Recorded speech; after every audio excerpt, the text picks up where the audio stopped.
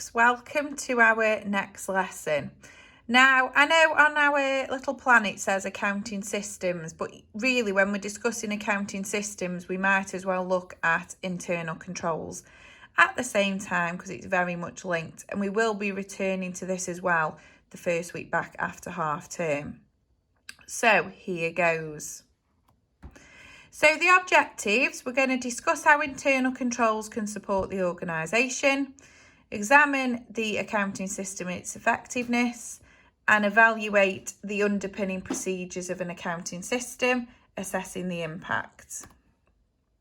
So, what is an internal control? So this is an official ISA. The process is designed and effected by those charged with governance, management and other personnel to provide reasonable assurance about the achievement of the entity's objectives with regard to the reliability of the financial reporting, effectiveness and efficiency of operations and compliance with laws and regulations. So basically what this is saying is that you should have controls in place that mean that the day-to-day goings on show that you are being effective and you are complying with laws and regulations. And if you are one of these people that are charged with governance and management and other personnel, if you could show there is relevant controls in place, then you would probably be in a lot better place if something was to go wrong, for example. So using that as an example, if, for example, the company's bank account got frauded by an employee and they paid themselves £50,000, somebody might question, well, how did they do that? How were they able to pay themselves £50,000? How did nobody check it? And that's what we're going to look more into this evening, or in the day, or in the morning. It depends when you're watching this video. So internal controls then consist of the following components. So we've got the control environment, the risk assessment process, the information system, control activities and the monitoring of controls. And that's what we're going to be looking at within the accounting system. Okay, now just before we move on to this one, going back to this, we're looking at internal controls within an accounting system. Don't forget, a system is quite simply information goes in, it's processed, and there is an output. Even something as simple as your central heating system, you input what temperature you want it to be, the information is processed, and the output is that your thermostat will make your house that temperature. Same as the TV remote, you put what channel you want to watch in, the remote processes it, the output is that the TV changes channel. So, the control environment, now this comes back to culture. I know there's a lot more there on that slide, but this is saying, what is the environment that you're working in? Is there a culture of control? Is there a culture of awareness? What is the risk assessment process? Now, all businesses have got different risks attached to them. And if you think of your workplace, you might be able to think of a particular risk. So I'm going to think now of somebody who owns a fleet of milk floats. Would you not say that their biggest risk is that there is a lot of cash? So an employee could easily be stealing cash, or whoever does the banking could easily be stealing cash. But it could depend on the size of your business. So, for example, if you work in a firm where there's not many employees, you might get to do a lot more jobs than, for example, if you worked at the college, the jobs are a lot more separated. And the information system. So the system is all of the processes relevant to the financial reporting and the communication. This is going to include computerized systems that we use and also manual systems.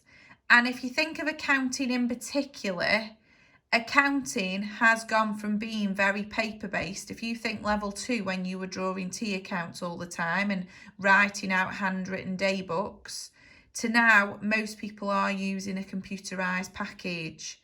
However, that has got issues within itself, which we're going to look at as well within this course. Okay. So, one of the most important words that you need to learn for this course is this: spam soap. No, we're not going to be having a bath with a tin of spam. However, this is very important, because whenever you are writing about weaknesses or looking for weaknesses, these are the things you are going to be looking for. So, the first one is supervision. So supervision means, is there somebody supervising what's going on? Is there somebody keeping an eye on the other members of staff? So if, for example, this was me making a bank transfer, who checks that I have put the right bank details in or that I have paid the correct people? The second one then is personnel. Personnel is the people involved in the process. So have you got the right people? Now, what I mean here is, if you were recruiting somebody in accountancy, do you think somebody that's just been in prison for fraud would be the correct person? Same as if you were recruiting for somebody to walk your dog, would somebody with an allergy to dogs be the right person?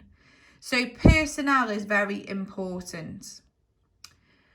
Arithmetical and accounting.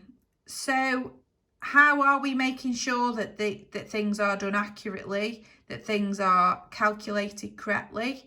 So for example, for most of you, if you've used Sage or another accounting package, you will know that it adds things up for you as you're going along. That is a check of arithmetic happening, which if you were entering them things manually into a book, that wouldn't be happening. Management. So what is your hierarchy of management, and is there management in place? Now, last week we looked at organisational structures. So this could easily link to that. So for example, do you have a tall span of management? Do you have a wide span of management? Are you centralised, decentralised, etc.?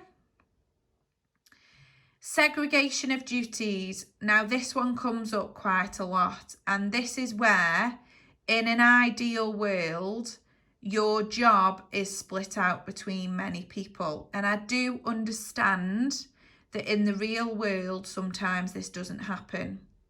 But for example, this would be, let's say, for example, I put the bank payment onto the bank, but somebody else would check it and authorise it, which comes into authorisation and approval, which is a little bit further down. Another example of segregation of duties may be that I pack the box and somebody else raises the invoice. It's where your job is being separated and your duties are meaning that you can't perhaps commit fraud or relinquish the control which the activity is trying to put in place. Organisation, very similar to management really. That's looking at what your organisation is like. Again, you could think about culture there. Authorisation and approval. So I did touch on that just. However, think about things here as well, like some members of staff might be able to pay an invoice of up to £100. Then some might be able to do up to 1,000. Some might be able to do up to 1,000,000. Putting different limits on things. It could be something as stupid as having authorisation to open a spreadsheet because it's got a password on. And passwords bring me very nicely onto physical controls. Physical controls are things that you put in place physically to stop something happening or to control something happening. So a password is a good example of one. Another one would be having a locked safe. That is a very physical control that you are putting into place there. You are physically making somebody put a code in to gain access.